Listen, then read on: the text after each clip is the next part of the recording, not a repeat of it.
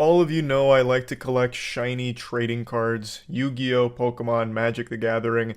There's just something about a holographic card that just activates all the neurons in my tiny little primitive smooth brain and makes me clap and have a smile on my face. Now, I've collected cards for a long time, and Wizards of the Coast has produced a lot of the cards I've collected, early Pokemon sets and Magic the Gathering, for example. And what they've recently done to another collector is unforgivably cruel. They unleashed the fucking Pinkertons to go to this man's house and scare him and his wife and confiscate some Magic the Gathering booster boxes that he had recently purchased. That sounds like the plot to a Breaking Bad episode when someone didn't fully compensate Tuco for the drugs they bought.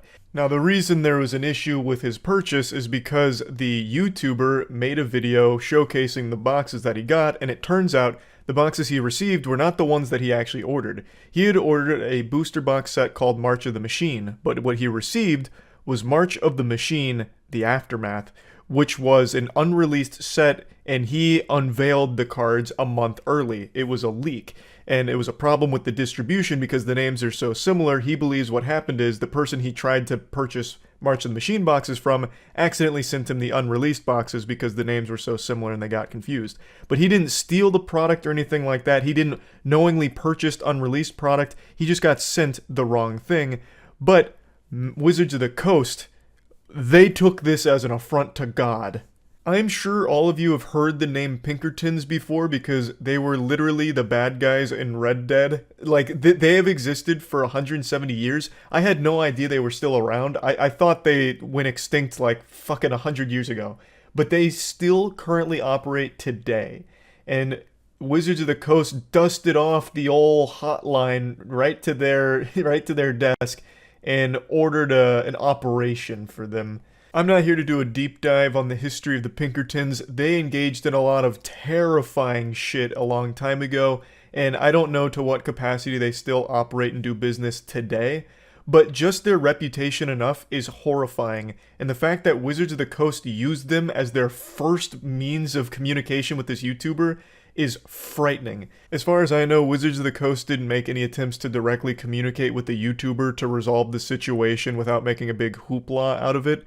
It seems they just immediately, slapped the Pinkertons on the ass and told them, "Get out there, sport. Time to engage Operation Pinkerton Pain Train," and then sent them right to the man's doorstep. And when I was reading about this story and watched the video the content creator posted about the situation, I immediately pictured Wizards of the Coast higher-ups donning these dark cloaks put over their head, kind of like Darth Sidious in Star Wars, sitting around this giant table like an Austin Powers supervillain lair, brainstorming on the best course of action to reclaim the stolen goods, even though it wasn't stolen. And then they came up with the scariest option they could at the time. They treated this YouTuber, his name's Old School MTG, they treated him like Cobra Commander, and they were sending the G.I. Joe after him, all over a fucking trading card leak that the guy didn't even mean to engage in the first place. Yes, he did film the opening of the Aftermath box, which was a leak and it was early, but they could have just asked him politely to take it down and even ship back the product, and they would maybe just give him what he meant to buy. This was clearly an issue in the distribution, not with the YouTuber himself. He didn't mean to buy this set because it wasn't out. He just wanted some March of the Machine boxes, and it became a big deal, so much so that it escalated to Wizards of the Coast sending the Pinkertons, which is just wild. You know, the title's not like a joke. The Pinkertons, and this is news to me, are still real. You know them as the bad guys in Red Dead, but they are like a real firm. So basically, in a nutshell, there is a YouTuber, I believe his name is Old School MTG, I'll pull up his channel in just a moment. He ordered a set of boxes for Magic the Gathering called Wrath of the Machine, or March of the Machine. And what ended up happening is he got an unreleased set of boxes called March of the Machine Aftermath. And he publicized that he had it, and this was a big leak for Wizards of the Coast. And they responded as if he had just stolen the Krabby Patty secret formula. They threw the wood at him. They contacted and hired the Pinkerton firm to go to this man's house and reclaim the merchandise, claiming that it was stolen goods. So on his channel, I'll pull it up now. I believe it's Old School MTG. Yeah, Old School MTG. So on his channel in this video, he discusses exactly what happened. So the Pinkertons show up and he's describing them as heavy hitters and scary and made his wife cry. They were apparently talking about like jail time for stolen goods, and then they confiscated the March of the Machine Aftermath boxes. Old School MTG explains that it was just a simple misunderstanding. He didn't know the products were stolen. He doesn't even think the products were stolen. He thinks what happened is somewhere along the way, the guy that he was buying them from is not a Magic guy. He says he's more of a Pokemon Yu-Gi-Oh guy. Didn't realize there was a difference between March of the Machine and March of the Machine Aftermath. So when he made the purchase order for March of the Machine, he accidentally sent him Aftermath. So like a very big, honest mistake from the way it sounds. It's not like Old School MTG went in there like it was fucking Ocean's 11 and had some kind of grand heist to steal March of Madness Aftermath boxes. It was actually just a fuck up. But Wizards of the Coast took it very seriously and hired the Pinkertons, which is beyond scary. Like the Pinkertons. They actually had a lawsuit because of the reputation that they have. They had a lawsuit with Red Dead Redemption. I don't know if you guys remember this. Because they were tired of their reputation of being the bad guys. Well, here, this is a follow-up to it. But basically, they didn't like that they were still being portrayed as bad guys, so they engaged in a legal battle over their portrayal. Trading card mafia. Yeah, this was such an overreaction from Wizards of the Coast. I don't know what's been going on over there, man. They have been like cracking down on everything with an iron fist, much to the reputational damage of the whole company. It's crazy. All the D&D shit, it just doesn't stop. But what's also wilder, by the way, is the thing he had access to, March of the Machine, the Aftermath, which, you know, he opened on cam. Big no-no, big leak. It's not even like it's that deep in the future. It's like 3 weeks away. So we got it 3 weeks early. It's not that big of a fucking deal. But yeah, they confiscated all the boxes and everything, intimidated him, scared him. But he's like super, super generous to them in this video. I don't know if it's out of fear or what, but what they did to him is beyond wrong. Like, this man got done dirty. And in the video, he talks about Wizards, like, very positively. I don't know if they had, like, a gun to his head or what, but he was, like, really charitable. He was like, yeah, after the Pinkertons raided my fucking house, they gave me a contact at Wizards, so I called them, and they were super nice and super apologetic, even offered a potential reimbursement with some product. I was like, when I was listening to that, I was like, man, this guy's got a heart of gold, because what they're doing is they're panicking, because what they did is, quite frankly, beyond disgusting. I don't even know if it's fully legal. To hire a private security firm to go reclaim material that you don't even know for sure is stolen? Like, what do you mean? Because this guy didn't fucking steal it. They apologized to him. Not publicly. Only over the phone. Like, the personal contact, he said, was very sweet. And I imagine that they were really trying to sugarcoat him so that way they could maybe avoid a lawsuit if he decides to, like, actually look into this situation. Because, again, I don't even think what they did is legal by sicking the fucking Pinkertons on him to confiscate his shit. Why not just ignore the Pinkertons? Brother, you have not played Red Dead. Now, he didn't have to give over his goods, I don't think, because, again, I'm not, I never passed the bar, but it doesn't seem like that's actually something that they could get away with legally. But you're not going to just, like, ignore the Pinkertons. He described them as, like, heavy hitters, like, scary. God, it really does sound like a mission out of Red Dead, though. I come out and the wife's answering the door and it's the Pinkertons. Fuck, man. But yeah, I saw a lot of people on Twitter, for some reason it's always Twitter that has like the dumbest takes, like, I don't think they sent the Pinkertons, that wouldn't make any sense. But then Wizards themselves did confirm that the Pinkertons were part of the investigation. And then of course they just go silent after they're confronted with like the reality that they were wrong. It's like, why should we believe this YouTuber? He's probably lying. Did he record the Pinkertons? But to be fair, it does sound like unbelievable. that a trading card company, well, I mean, there are a lot more than that, but over trading card disputes, they'd hire the goddamn Pinkertons. But yeah, here's his explanation.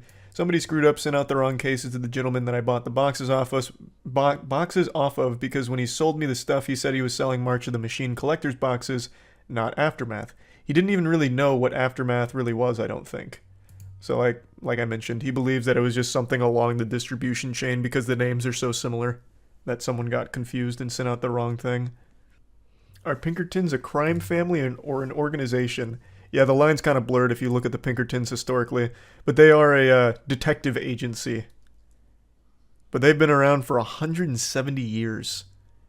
And they've got a wild history. During their height, they had more armed men than the U.S. Army. Really? That's interesting. I didn't know that. It's not a very intimidating name. I disagree, man. That name actually sounds straight out of the Wild West era of just lawless, wild shit. I don't know, you hear that name and you're like, oh wow, those are some loose cannons that don't play by the rules. I really do feel bad for the guy because he seems super wholesome and genuine. In his video, he's also just really nice to Wizards of the Coast about everything that happened, even in spite of them sending these heavy-duty lawman Pinkerton agents to his house who also mentioned jail time and scared his wife. Like, that's crossing a line when they could have reached out in other methods to talk to him and clear up this incident. But they went with the scariest option immediately to like intimidate and scare him and reclaim the stolen goods. Now, I don't know if the Pinkertons had a warrant to like search and confiscate his shit. It still to me feels like what happened here isn't fully legal, which is why when Old School MTG called Wizards of the Coast representative on the phone, they were so nice and apologetic. They probably don't want him to think too hard about it and consider a lawsuit, because to me, and based on the little bit of reading I've done around situations like this, it doesn't seem like this was fully within the rights of Wizards of the Coast to do. This seems like it's in a really weird legal gray area here, and a pretty fucked up situation regardless, even if it is fully legal. It was just unnecessarily aggressive. So I wanted to talk about this situation a little bit, and yeah, that's about it. See ya. Hello. I don't really feel like $1,000,000 today, that's for sure. I'm not exactly, feeling all chipper or anything, but I thought that this was important enough to come on in here and talk about. Now, I know most of you know this by now, but I've kind of retired the jersey number when it comes to drama reporting. I don't really talk about drama in general, unless it's like really weird or wacky stuff like, the Secret Service shitter, where that Secret Service agent broke into someone's house to drop a floater. But aside from that, I just don't really make content around that anymore. But I had to make an exception for this story today. Yesterday, I mentioned that I was going down the 40k Warhammer lore rabbit hole, and then I got randomly fed like lemonade stand crimes that bled into the algorithm for some reason, and then I ended up going down that rabbit hole. Well, I also got fed a deep humor drama rabbit hole. Now, I filmed some of this yesterday when I wasn't feeling as dog shitty, and so you're going to see some flip-flop in here where I don't seem that, miserable, and then I'm going to cut in with a jump scare where I do feel miserable. So you're going to be seeing a lot of twists and turns, not only in the story we're covering, but in like the condition of Charles presenting it. So there is a YouTuber that is also named Deep Humor that is pretty much trying to take my name on Twitter, and they have messaged me and demanded the name Deep Humor. This channel makes videos in Turkish where it seems to be some types of street interviews and scenarios. I think they're supposed to be comedy videos. This was a video that I made 6 years ago in August of 2018. Here's what I had to say in the video. So I was on Social Blade, marveling at the 5 subs that I get every single month. Then I noticed something. Basically, this YouTuber named Deep Humor for 6 years has been dealing with a channel that goes by Deep Humor as well, drowning him out in the YouTube algorithm to the point where you can't find his channel unless you go to like a direct link or scroll to like the very bottom, like godforsaken territory on page 2 of YouTube search. So, this is a video he made back in 2018 when he first became aware that there was another Deep Humor YouTube channel that had the same name and even the same logo, a logo that he himself whipped up. So, this has been an ongoing issue that he's dealt with since the very beginning of his channel. They have the same name and the same logo that I made myself. With little effort, but still. He goes on to say in that video that he's not particularly bothered, more just surprised that someone would take his name and logo when he only had 78 subscribers at the time. I've got a little fan theory here. I think that the Deep Humor channel that took the logo didn't even know that this YouTuber existed. I think what happened is they just Googled Deep Humor, went to Google Images, and this guy's channel profile pic popped up and he said, that one. And then he just right-clicked Save As and then used it for his channel. I don't think he ever even found the YouTuber's channel, but that's just my little tinfoil hat conspiracy theory. It doesn't really change anything because the fact of the matter remains he clearly did take his channel profile pic. And over the course of months, that Deep Humor impersonator channel started to gain steam, thousands of subs and hundreds of thousands of views, which changed his perspective on it because now his channel couldn't be found because it would only go to that channel, once again using his same name and logo. Even though the content was wildly different, Turkish street interviews versus English commentary videos, it is still obvious that they used his logo that he made. He also mentions that Deep Humor isn't the most unique name in the world. That's like the John Smith of YouTube handles. Millions of people could have thought of that. He's 100% right. Obviously, if you make a YouTube channel called Deep Humor, it's not a big deal because that's quite an ambiguous name. It's not like it's something super unique. It is, a name that somebody else could have thought of. The issue wasn't really in the name itself. It was the combination of his channel logo being taken with that name. It made it so no one could ever find his channel because now there's two with the same name, same logo, and YouTube's always going to push the more popular one. I don't even know what the fuck this guy's uploading anymore. Let's go look at his stupid channel. And interestingly enough, that channel did actually end up getting banned for copyright infringement. But just like a Hydra, you cut off one Deep Humor head, two more take its place. I don't know if you guys had caught in the Social Blade part of my video, that channel was actually made on June 21st, 2017. And remember that you can change your YouTube channel username, channel art at any time. The reason why I am mentioning that is because all of a sudden after this guy had gotten banned, maybe a month or two afterwards, there was another channel that popped up called Deep Humor. This channel was made in 2016, which is actually even before my channel was made. He states that a month after Deep Humor Judgment Day, there was a new one that popped up, which was the current one right here. Same content, Turkish street interviews, but now it's called Deep Humor. So he speculates that the name was changed. And I think he's probably right because when you were searching Deep Humor back in 2018, that channel would have absolutely popped up. Since it was made in 2016 and this channel has been popular for a while, it would have been in the search, but it wasn't.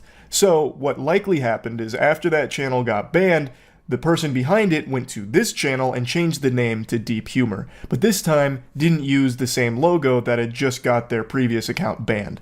That's what I think happened and seems to be what the real Deep Humor seems to think as well. And so in another video where I had talked about this, people were getting on me saying, oh, but this person made their channel before you, so how did they copy you?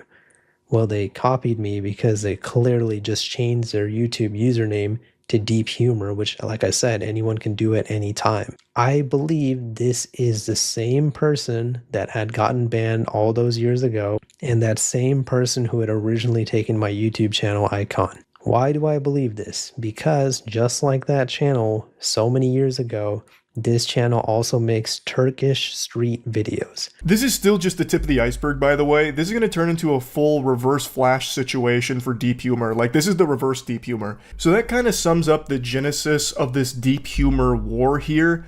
And now we get to where things get very spicy and it gets out of control quick. I don't want your Twitter page. I just want your username in exchange for money. How much can you give? I just said, hello, how much money are you offering? Obviously, if they offered me like $5,000 or $10,000 or whatever, I would probably give them the username because it's real life and I do need that type of money. And I don't really make any money off YouTube, unfortunately, mainly because of this guy. The battlefield shifts from YouTube to Twitter as Deep Humor receives an interesting DM from this gentleman, saying that he wants to purchase the Deep Humor username for his Twitter page, and he's offering him $50. 50 clams, and he doesn't even have the courtesy to throw in an over-the-pants hand job. And he couldn't even wait more than 6 minutes before just going mask off, revealing that he's the villain. He goes, "What's your answer, buddy?" He's treating this like it's a scene out of fucking Pulp Fiction. What does deep humor look like? Does he look like a bitch? Like, it's like, man, you didn't even give him time to process that. He's acting like a virgin who's not getting immediate text back from his love interest, you know? Like, it's been 3 minutes. Do you hate me? Is that what's going on here? Like, holy shit, man. It's not like you just made him some kind of life-changing offer here. It's not like you just opened up a briefcase full of money for the Deep Humor channel. You offered him $50 out of nowhere for the Deep Humor Twitter page. And then only 9 minutes after the "what's your answer, buddy," he gets even more douchey and hostile, saying, "Come on, man, I don't want your page, I just want your username. Look, you don't have any interaction on Twitter, so losing this username won't cause you any loss." What an asshole, and also what a terrible businessman. Yeah, I can't wait to sell you this Deep Humor username now that you've insulted me. I'd love to shake hands on that, you piece of shit. Like, what? I don't know, like, I'll never understand people like this. It has not even been, like, half an hour since you've reached out and made an offer. How can you be this impatient and this much of an asshole? I really don't get it. I don't know how anyone can ever expect to have a positive outcome acting like this. So I just straight up send him a picture of those two channels and I say, "Is this your YouTube channel?" And then he says, "No, man, if only I had this big channel, then I could pay you much more. I only have one YouTube channel and I have 2 subscribers there." And he puts a sad face. He sends me some YouTube channel, and for some reason he even sends me the date the YouTube channel was created. Now, if you look at when they created the YouTube channel, it was created in 2016. This is a channel that he claims is his personal channel that he sent to me. This channel was created in 2016, and remember, he's also a Turkish gentleman. Let's go over to the YouTube channel Deep Humor that I claim is impersonating me, also a Turkish YouTuber, also channel created in 2016. Something's definitely fishy there. That smell is smelling a little smelly if you ask me.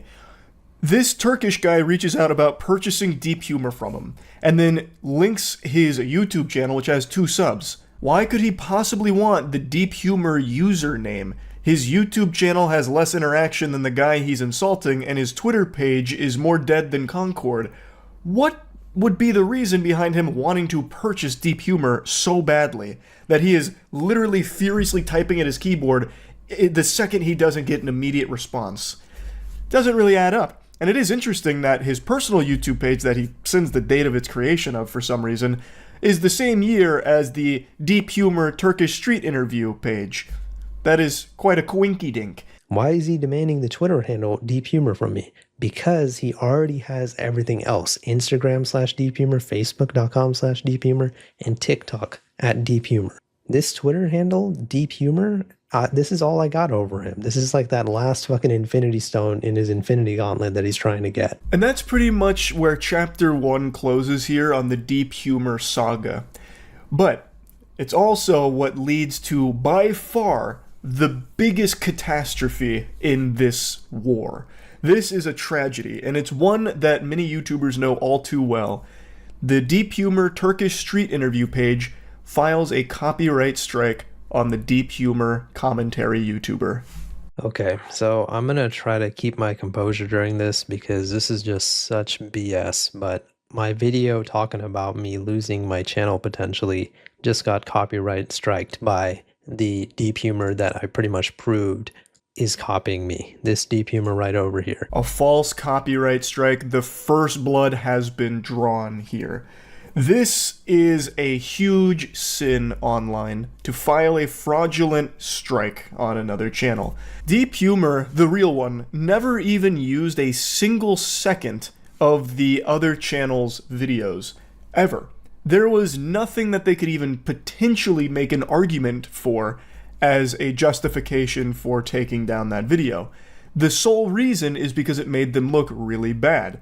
That is why they did it. So YouTube messages me and says, "Hello, we received a copyright takedown request for your video. However, the takedown request is missing some legally required information." The video actually got reinstated pretty quickly after the takedown because Goober forgot to put in some required information, which is still very alarming that he was even able to successfully take it down when he completely forgot half of the required shit.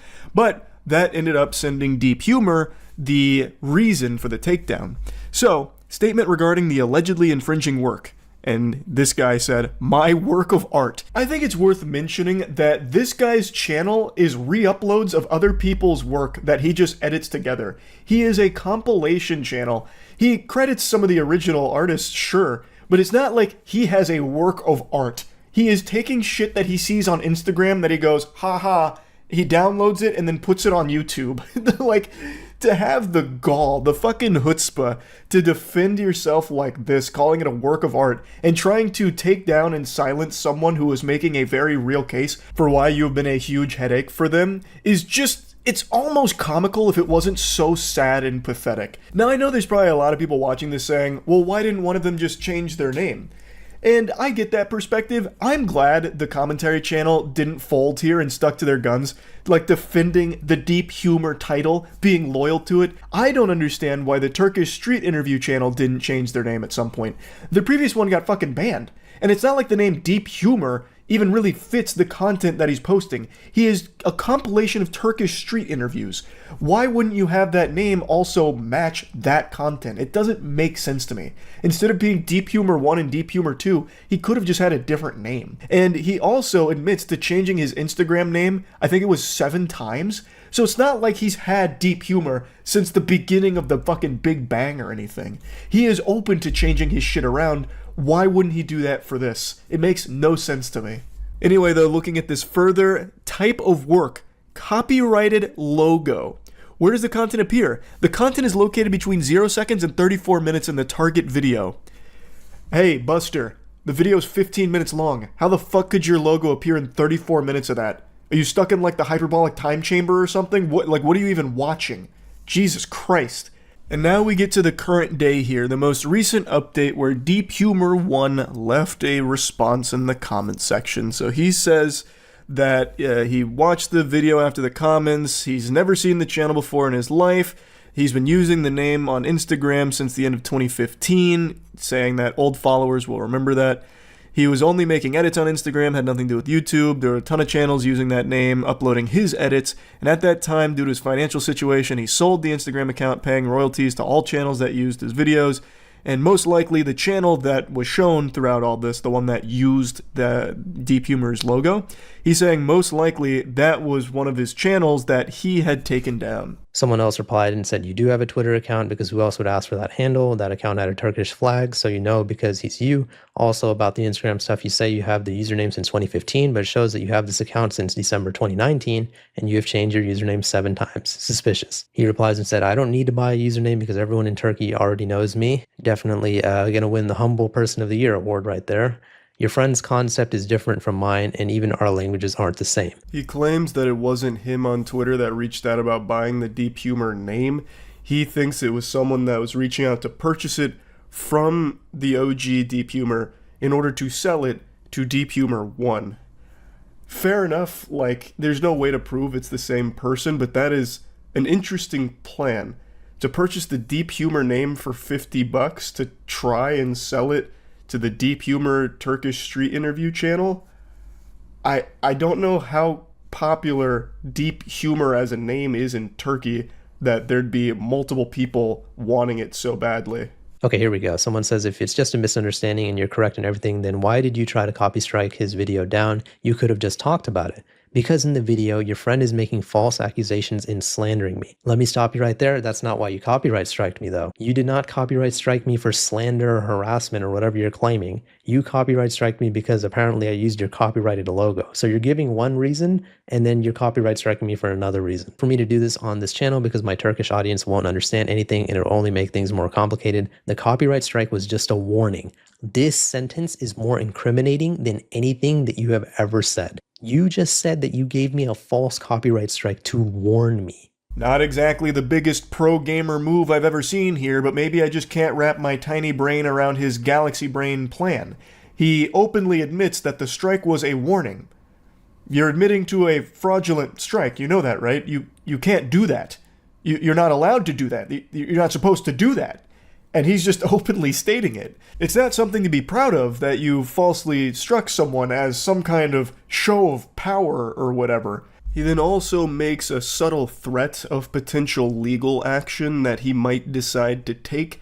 So he's really being a big asshole and openly admitting to something that you're not allowed to do, which is file a fraudulent strike. And he had no ground to stand on, even if he tried to make an argument for it, because his logo being shown once or twice in that video is not an issue at all in the first place. This is him being a petty douchebag. Now, he has made a response, and in the response, he did prove two things.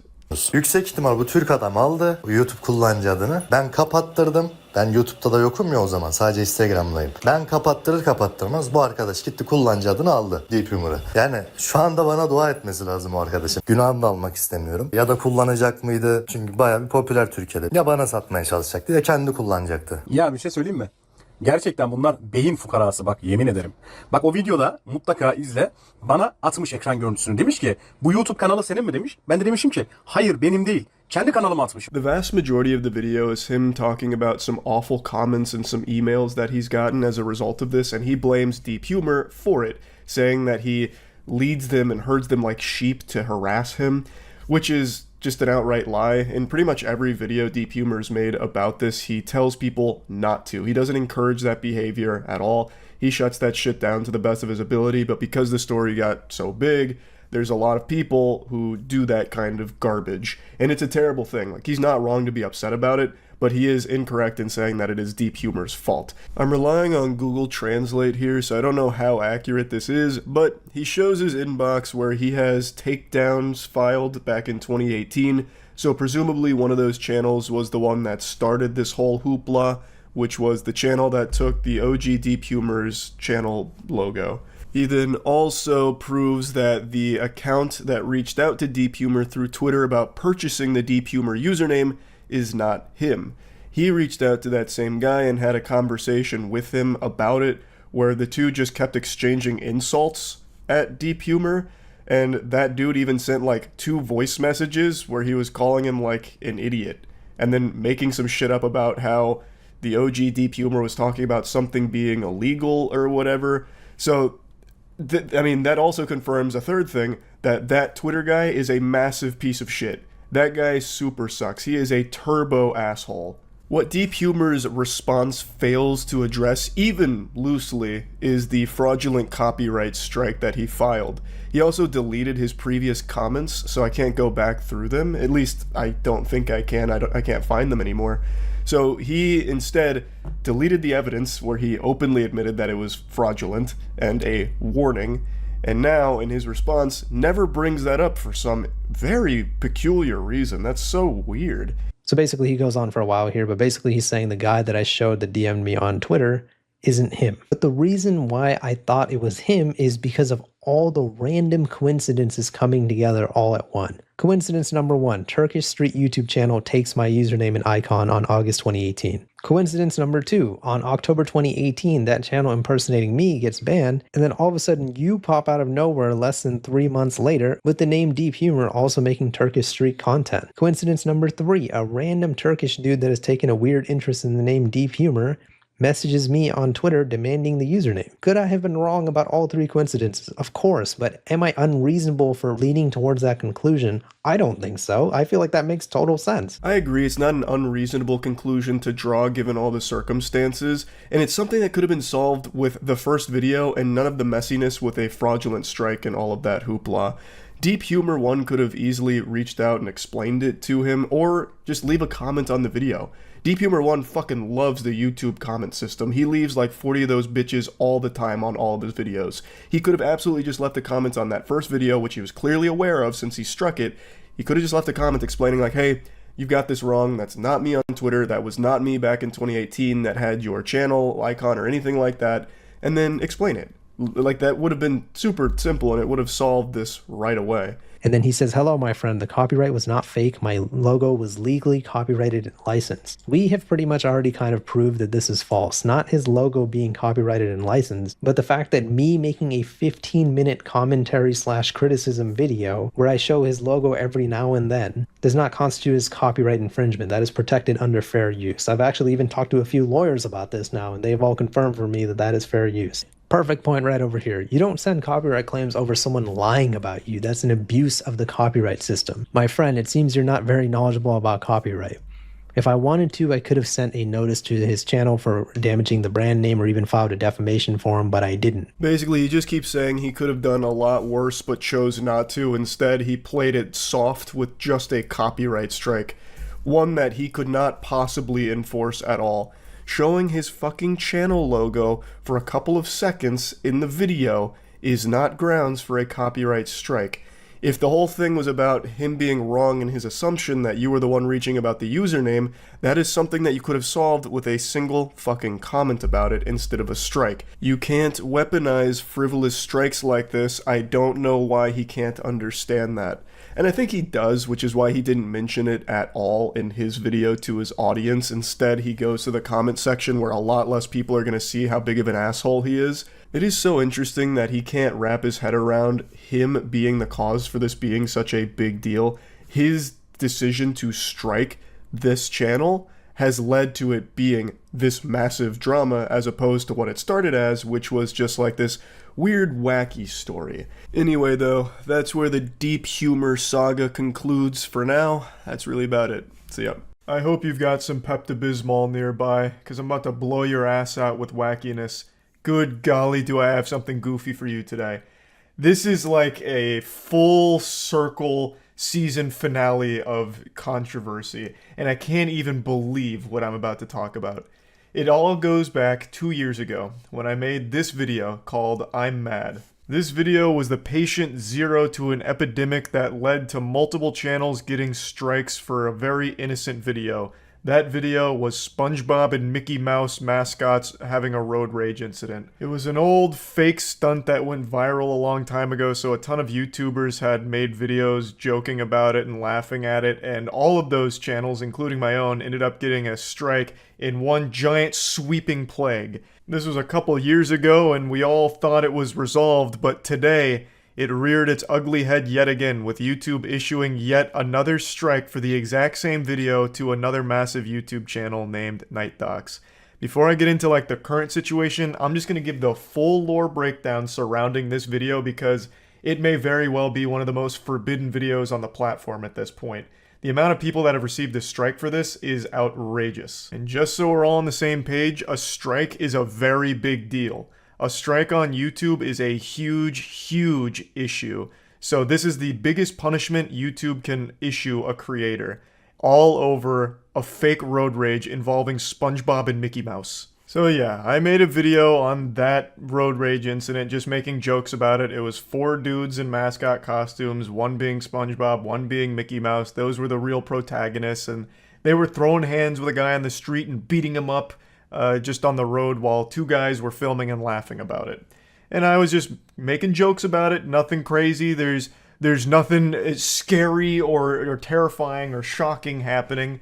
It's pretty clearly not real, I would think, but regardless, I received a full strike for it. And I was very upset. I was livid. And you could see it in the video. You could really feel the rage oozing out of every pore in my body. I was like Kratos. So I stomped my feet and I threw my temper tantrum with tears in my eyes and warm milk in my hands, and I made a big stink because there was nothing wrong with that video. It was taken down for being like disturbing content, but there's no violence in there, not real violence. There's no blood, there's no bruising because it's all fake. It's a silly, stupid stunt. You had SpongeBob and Mickey Mouse and the Dirty Boys in their mascot costume pretending to beat up a man on the street. It was just a goofy thing, not real.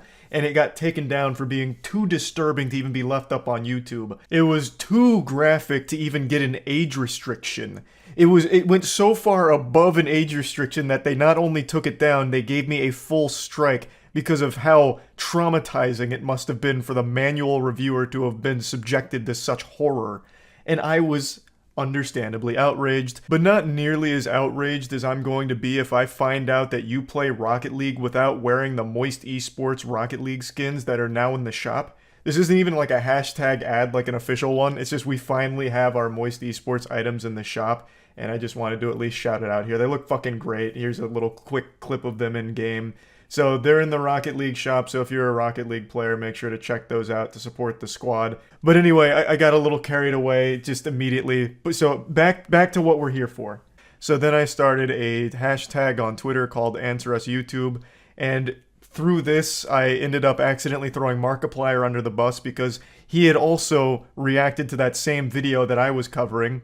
And in response to me bringing that to light, Markiplier played hardball saying, "Fair's fair, where's my strike, YouTube?" And YouTube hit him with a fat strike. A very disrespectful, very petty strike for Markiplier, the first in his entire channel's history. All because of a fake road rage incident involving SpongeBob and Mickey Mouse. So Markiplier made a video talking about it as well. And then shortly thereafter, YouTube folded, and I framed their response. We have this timeless classic saying, "We're not going to die on this hill. You were right. After even further review, your video and others are back up, and these strikes have been removed. This was an over-enforcement of our policies, especially with the added context commentaries you originally pointed out." Now, what they're referring to in the first part of the tweet with not dying on that hill and the even further review, it's in reference to a point I made where when you appeal something, it instantly gets rejected. Like, they'll reject something within minutes, even though your video's like 30 minutes, they'll reject it in 3. So somehow they're working on demon time and able to watch the entire 30-minute video and deduce that they're right, even with no possible way of finishing it in that time. And that's what happened with my video. It was instantly rejected and then said, "You know what, we've reviewed it and we're standing by our decision." So I said, "Why are they dying on this hill? It's not even a real video. This makes no sense." So that's what they're talking about in the tweet. So basically, Markiplier went up to bat for me and saved the fucking day. That man has been my savior for that action there. So why am I talking about this? Well, it's because that chapter isn't closed. I believe that book was kaput, like the dinosaurs that had gone extinct. YouTube was never going to make a big issue out of that video in particular again, the SpongeBob and Mickey Mouse road rage incident.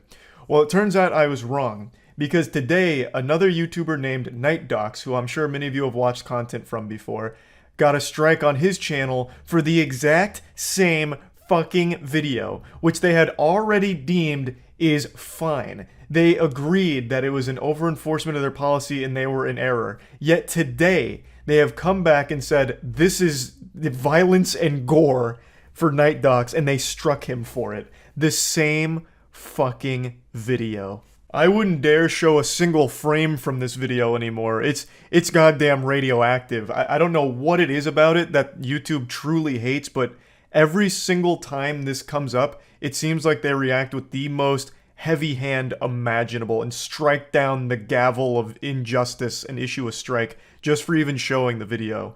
I actually privated the original upload I made on this content because I was afraid something like this may happen again in the future. So I privated it just to be safe. And it turns out I was right because it looks like they're going through again and purging the platform of this SpongeBob Mickey Mouse road rage thing. It's so weird, and I feel so bad for NightDocs. It's nothing wrong with the video. There's no violence and there's no gore.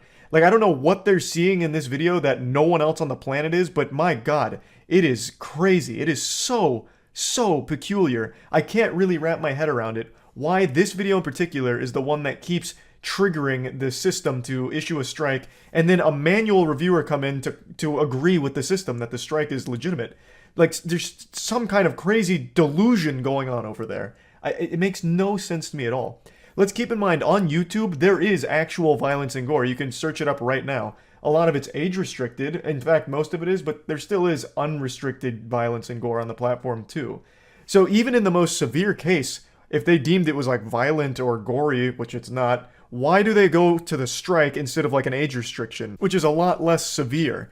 This isn't like gratuitous blood and guts flying all over the place with SpongeBob eating the intestines out of his victim on the streets or anything, with Mickey Mouse beating him with a sledgehammer. It is fake road rage with these mascots in costume. Like, it is so weird. It is so silly. And YouTube is once again going down this warpath against this video in particular. I don't even know what the solution is, because we already solved the problem and they just reopened the wound and poured salt on it here, right in NightDoc's face.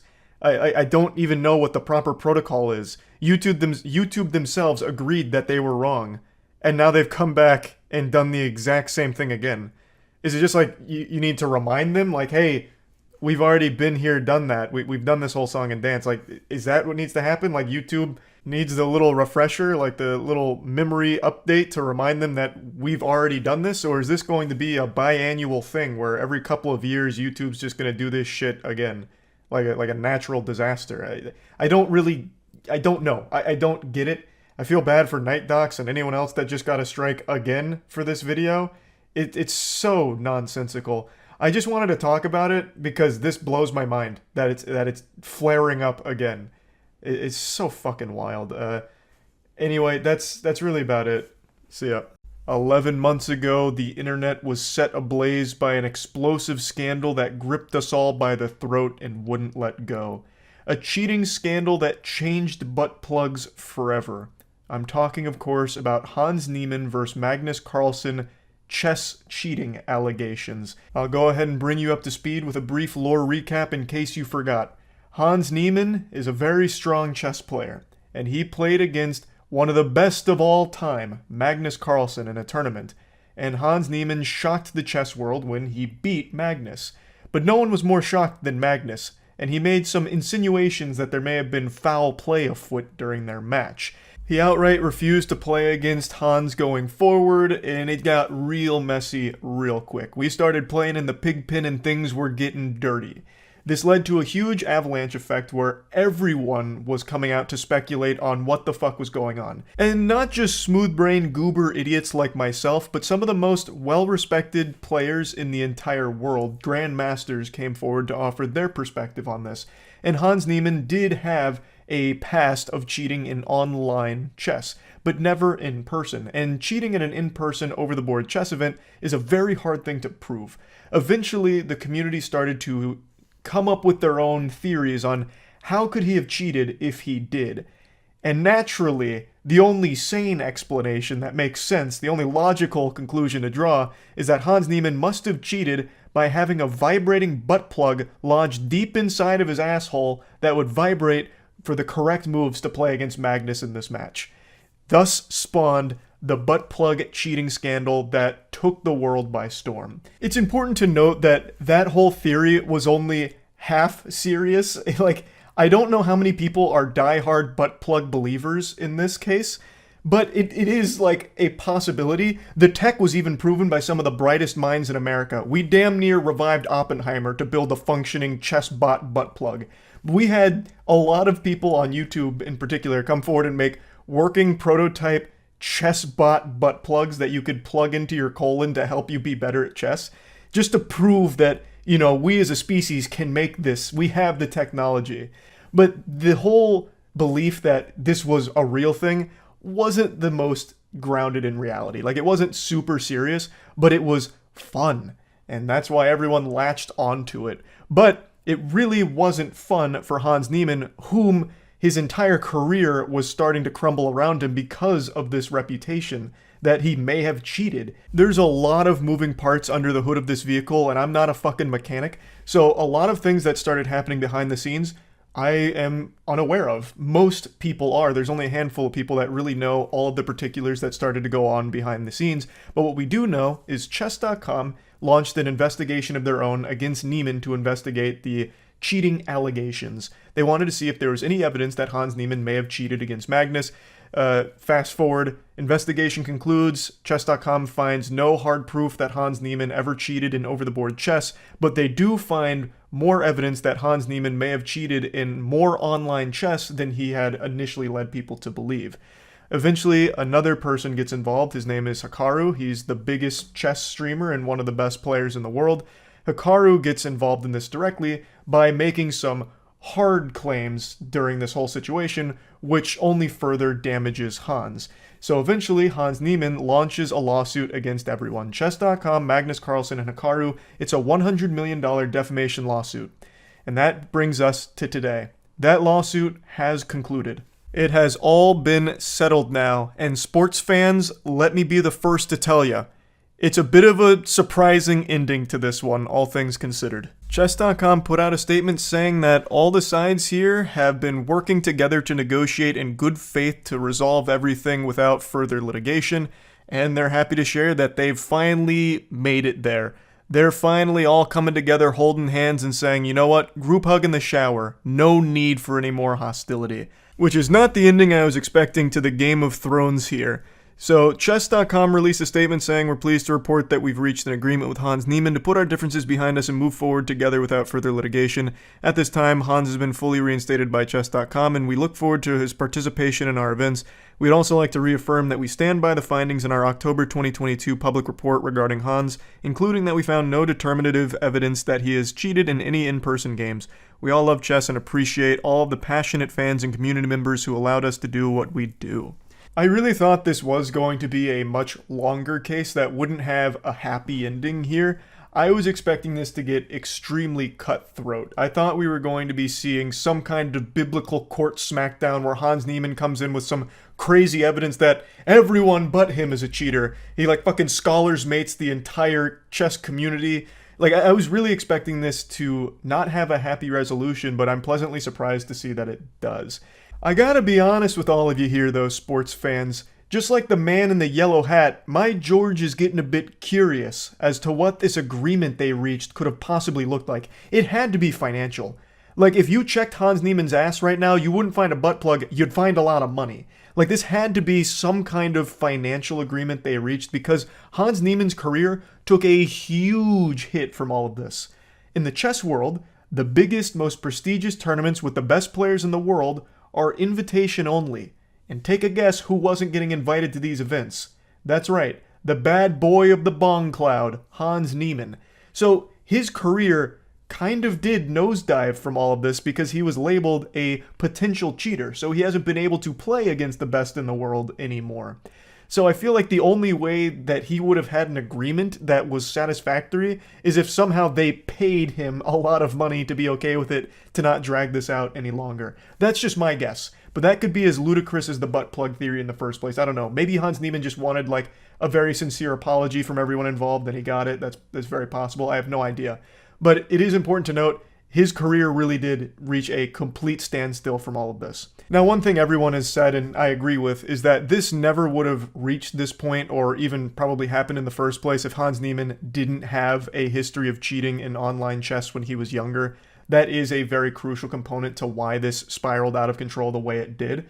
And obviously it's a huge factor in why people were taking sides so strongly. Once a cheater, always a cheater. No, but wait, there's no proof of him ever cheating in over-the-board chess. We can't just go off of his past when he was a younger kid. Like, come on. So it led to a lot of messiness in the entire community. This whole thing was very unfortunate for literally everybody involved. But I do want to go ahead and look at both Magnus Carlsen's statement and Hans Niemann's statement.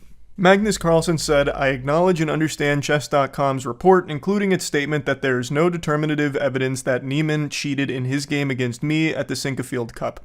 I am willing to play Niemann in future events should we be paired together. Hans Niemann said, I am pleased that my lawsuit against Magnus Carlsen and Chess.com has been resolved in a mutually acceptable manner and that I am returning to Chess.com. I look forward to competing against Magnus in chess rather than in court and am grateful to my attorneys at Ovid and Ovid for believing in me and helping me resolve this case. So it seems like everything going forward will be business as usual. Magnus Carlsen will no longer just throw if he plays against Hans, and the two will go back to playing very high-level chess. It remains to be seen if Hans Niemann will now start to get invited to more of the bigger chess events that he's been missing out on. Chess.com seems to say that he's welcome to be at their events now, so he can start participating again at the highest level. So we're just going to have to wait and see how all of that unfolds.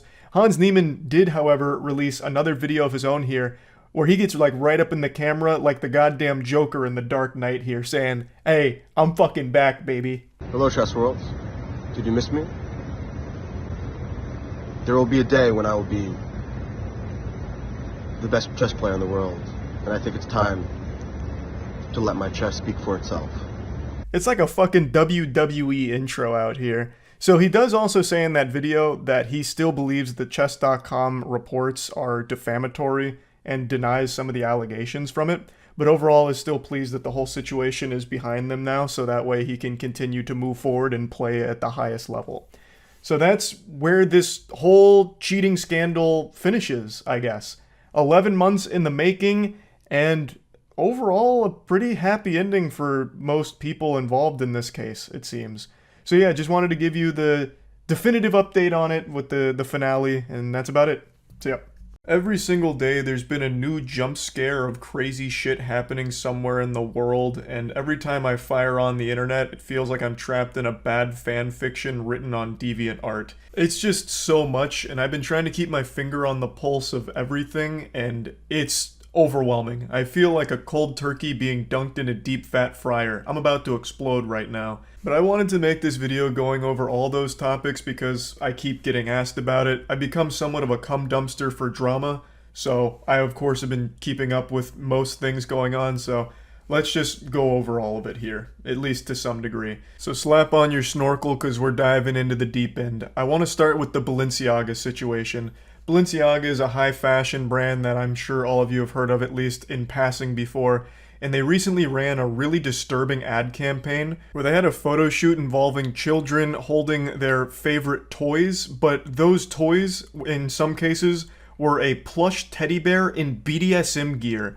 There were some other awful ones as well, but that's the one that stood out to most people because it was actual BDSM gear, and also a little girl was surrounded by like wine glasses and a spiked dog bowl. It's fucking awful stuff. I don't know who in their right mind came up with this idea or how they okayed this. They must have brought Jeffrey Epstein back with necromancy and asked him for some input on their next ad campaign, because this is bafflingly awful.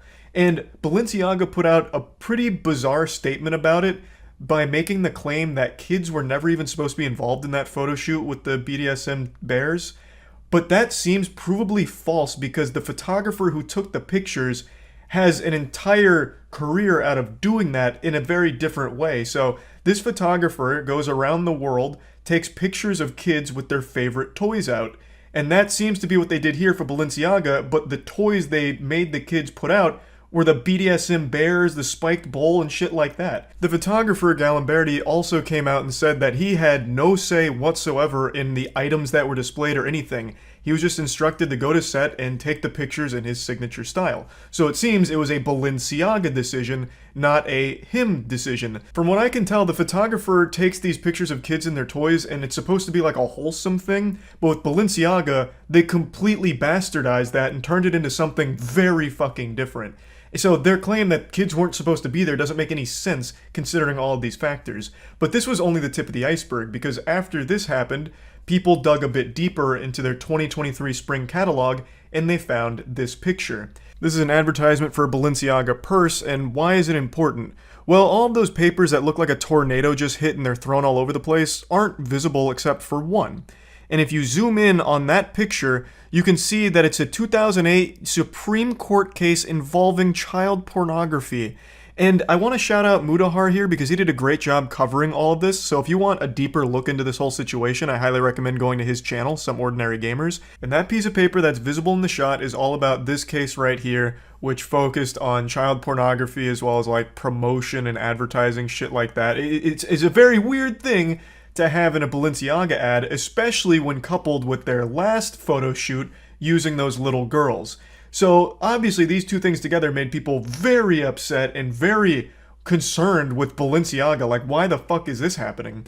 And Balenciaga responded by suing the ad company that ran the purse one that had the child porn document, calling it extraordinarily reckless and looking for $25 million after the damage that the photos have done to their brand. Now, Balenciaga it certainly isn't blameless here. Like, Balenciaga didn't just pass these things off to the ad firm here and let them run wild, Hulkmania running wild on their brand without any say-so from Balenciaga. There's no shot. They wouldn't just let them make their own shit and then publish it without Balenciaga ever coming through and approving it. They had to thoroughly go through these things, I imagine, in order to give it the green light. Is it possible with the purse one that they didn't bother to look at that document that was showing?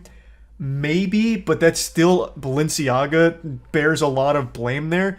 Take more time to make sure you haven't just been bamboozled by this ad company. And in the other case with the photo shoots involving the children, Balenciaga seems to be the one that was behind that and then just brought a photographer on to take the pictures. Like, that one's entirely on them.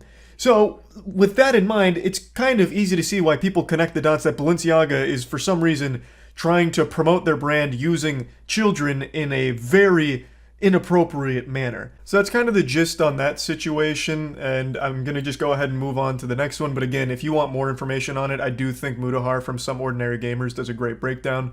But moving on to the next one, this one isn't nearly as serious. The new Mario trailer dropped, and everyone asks me what I think of Chris Pratt's voice. But before I get into that, I'll go ahead and address the Christmas tree being absent in the background. Io is obsessed with eating the branches, which of course is not good for a cat's digestive system. So I've had to remove the tree because she keeps trying to devour it and trying to steal Christmas like the Grinch here, because she just really likes the little branches on it. So that's why that's not there. And yeah, just want to clear that up. But back to Mario. Trailer dropped and a lot of people were debating, does Chris Pratt's voice suck ass as Mario? And people have been asking me what I think, so I'll just go ahead and give my opinion on it. I don't think Chris Pratt would have been a horrible fit if he put more effort into it. It really feels like he just phoned in his whole performance, at least based on this trailer. Of course, the full movie could come out and it could blow me away, I guess. But in this trailer, it feels like he's not even trying. Like, half the times it sounds like he's delivering his lines while he's about to pass out from Xanax. Like, it doesn't really seem like he's giving it his best. Whereas Jack Black as Bowser, I thought fucking crushed it. I think Jack Black was a great casting choice for Bowser. Chris Pratt, I'm definitely not sold on. It doesn't really seem like he's trying.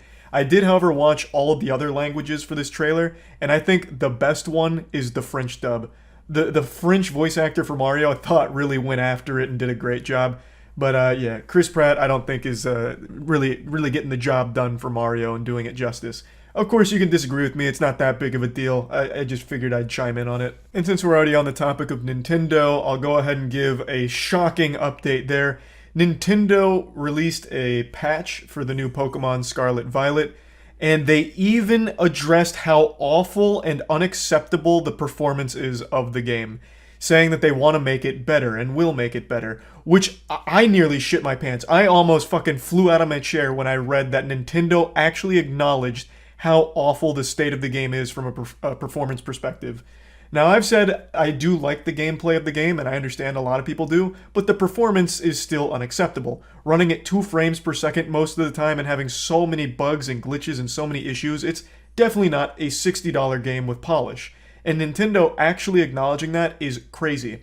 But one thing they failed to acknowledge is the shutting down of the Smash World Tour, which they did a little over 24 hours ago, coming up on 48 hours actually. Shutting down one of the biggest Smash Brothers circuit that's ever happened, only a couple weeks before it was finally about to wrap up. Nintendo hasn't said anything about that, and nor has Panda, or Alan from Panda, who seemed to have been the puppet master behind this entire evil scheme. None of them have come forward with anything to explain it or give their side of the story, so we're all still waiting on bated breath to see their perspective, but for now it's just radio silence, seeming like all of Panda all at once just evacuated the office to go into hiding, like a fucking rapture hit Panda's organization headquarters, because still nothing from them. I feel like they should address it as quickly as possible, but I believe I heard from HBox that they're getting a very serious statement prepared with like a legal team and everything. For those that don't know, I'll give you a brief recap. I made a video on it yesterday, but I'll just give you like the cliff notes. Smash World Tour, biggest circuit that's ever been held for Smash Brothers professional players. It was about to wrap up. The night before Thanksgiving, Nintendo gave them notice that they can't do it anymore. It's being shut down. Smash World Tour had been in communication with Nintendo directly through the entire duration of the tournament, so this really came out of nowhere. And then it was revealed with the statement from Smash World Tour that it seems more like Panda Cup, the Panda Cup, which was a competing circuit, had a very strong role to play in this shutdown of their tournament. Panda is led by Alan, who is the head of Panda, and it seems like he had been having a history of going around and trying to scare other tournaments into joining the Panda Cup, and if they refused, he started making threats about getting Nintendo to shut them down. This has been confirmed by more than just the Smash World Tour organizers. It's been confirmed by other reputable organizers as well about Alan's behavior. So we really do need a statement from them to talk about their side about this situation, but we don't have it yet. Now, there have been a couple of other big things going on, but I haven't had the chance to really spread the cheeks and get to the bottom of those stories, so I'm going to be doing some more research on those and probably make videos about it later on. Really, the last topic that I want to quickly touch on is the Liver King, who I made a video about yesterday as well. The Liver King, giant fitness influencer, has a lot of businesses, claims to make over $100 million a year based on those businesses, and has always claimed that his physique is naturally obtained. But emails leaked that show that he actually cycles a lot of like HGH and shit like that. So not natty at all, it appears. He still hasn't come forward. He is still actively posting and ignoring it. I believe he still only made that one statement I talked about yesterday where he says he'd like to talk about a complicated issue, referring to this, on podcasts. So he still hasn't been on any yet, but I am excited to see how he explains this because he's already lost the chance to deny it. He didn't say those emails were fake. He said that they highlight a complicated issue. So it seems like he's going to try and tackle these things head on and go over it. So I'm curious to see what that's going to look like, but we don't have any developments there either. So this is most things going on in the world at the moment, and I just wanted to get all of it out in one video so that way people stop asking me about all of these individual things.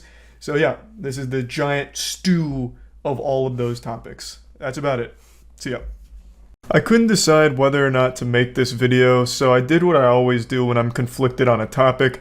I ate a peanut butter and honey sandwich. There's something about that just unlocks the full capacity of the human brain. It's like that pill from Limitless. So after my post-sandwich clarity, I did decide that this is worth talking about because I think there is a lesson to be learned here. Yesterday I posted this video, and it's me talking about a YouTuber event that was hosted where it was a roast battle, but there was no preparation. Everyone was a stranger. I'm also pretty sure it was everyone's first time on stage, so it just became this giant, unhinged, festering petri dish of concentrated cringe. And I was joking about it and talking about it. And today, the Frankenstein behind this monster, Def Noodles, the YouTuber who ran the event, responded to me and my take on it.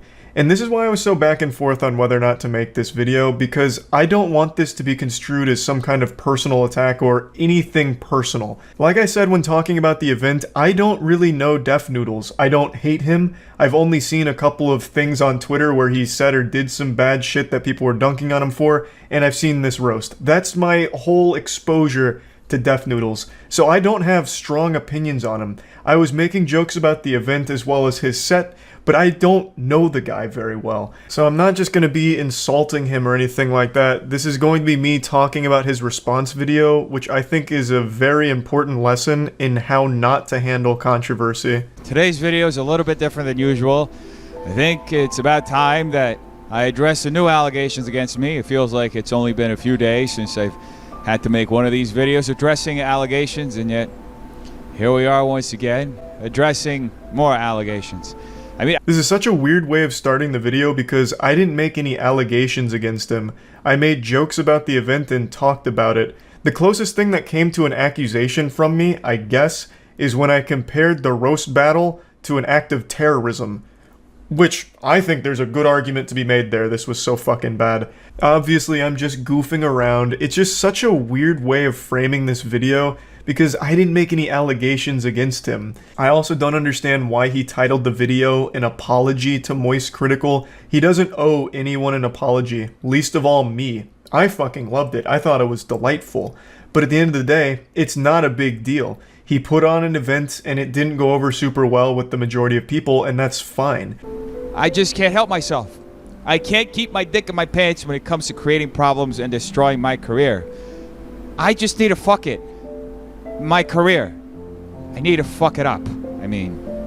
I think it's important to note that this entire 10-minute video is sarcastic. The entire 10 minutes is spent in full sarcastic monologue like it's a high school drama club exercise. And I really don't see why he would think that's a good idea. And he started this video by saying this isn't the normal piece of content he makes, but it really has become the normal piece of content he makes. This is the third video in the last 8 days he's made talking about drama and like revolving around himself, like the controversy on Twitter or whatever. He's made 3 videos talking about it, and his audience is tired of it. You can see it in the comments section with so many of his fans just asking him to please stop doing this. And in this short section where he talks about how he can't help but fuck up his career, there is a level of truth to that, and I think there's a level of self-awareness there as well. When he posted this video, he lost 3,000 subscribers over the course of 6 hours because, again, his fan base didn't sign up to hear him throw these like self-pity parties here. This isn't the content that they want, and he keeps talking about it over and over and over again. And he's making a big deal out of these things, but like, I don't know the other drama, but this is not an issue. You know, you put on an event, which is more than a lot of people will do, so you should be proud of that, and it just didn't go over super well, right? That's not a crime. You know, no one's saying that you should be thrown in a fucking slammer for it or anything like that. People were just laughing about it. The main takeaway here is impulsively making a video while emotional. And it's something I've done before too. Every YouTuber's made a video they regret, obviously. And I think that's what he's going through at the moment, where he's impulsively responding to things that are kind of non-issues, like me laughing at the roast, or people's response to the roast, or whatever the fuck is going on Twitter, and making a video about it, which is only further hurting him. Which it's like a cycle. And there just has to be this point where you say, like, okay, let me just step back from Twitter, which is the best thing you can ever do, you know, and I'll just, you know, handle it privately, as opposed to making everything a public spectacle, you know.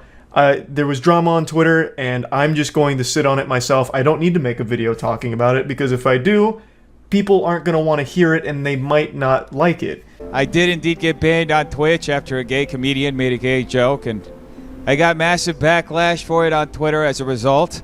This part's a little disingenuous because he seems to believe he got banned because of people mass reporting him and having a big backlash about it. But that's not really the case. What happened is Def Noodles was roasting against another comedian, and she just randomly shouted a slur for no reason.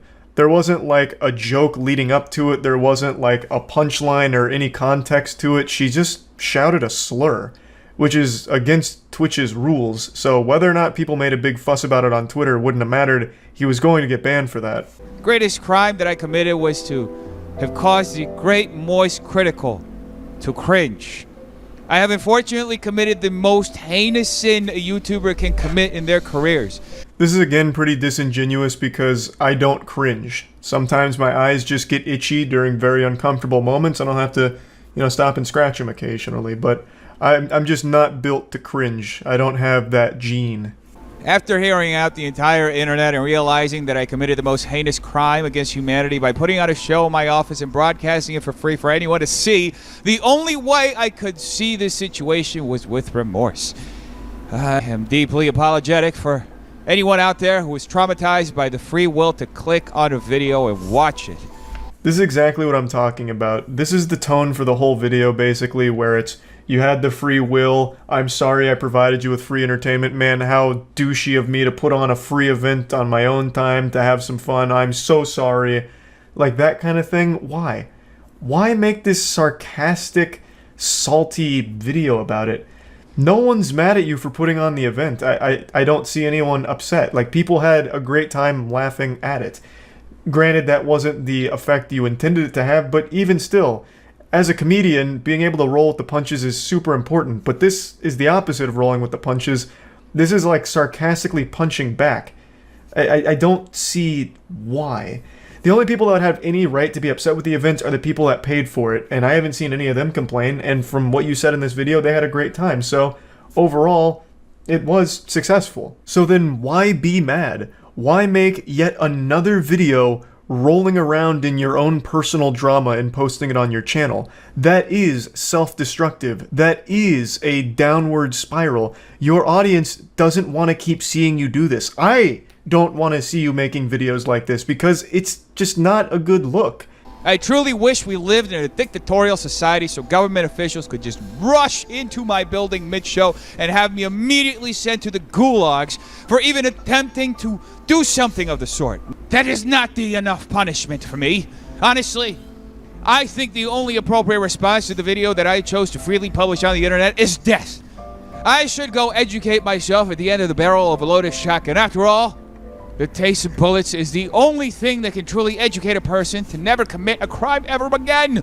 Hearing things like this is just deeply concerning, and I totally understand why his audience is really trying their best to get through to him that these kind of videos are alarming and very much driving them away from him and his content. It's just disturbing to hear these kind of extreme statements, and I truly hope that this is just part of his sarcastic persona that he's putting on for the video. Like, maybe it's some kind of parody, but I haven't seen anyone say anything even close to this. All people are saying is, man, that was pretty cringy.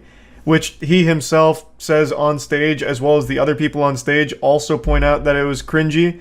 So I don't know why he's blowing it up like this with statements like that. I really do hope it's just part of this over-the-top sarcastic persona that he's portraying here. Fully address the situation with Great Moist Critical. Mr. Moist. Anyway, Mr. Moist Critical, I thank you for your profound observations. I thank you for showing me the light. I will once again produce a super roast battle 2 weeks from now so we can wrong every right that was left unturned.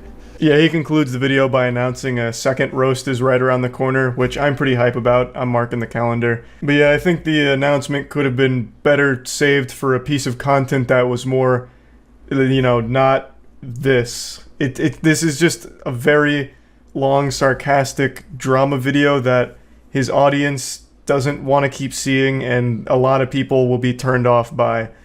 I, again, am not super familiar with Def Noodles, but I really am wishing him the best here because this doesn't seem like a healthy way of combating drama or controversy. So, yeah, that's really about it. See ya.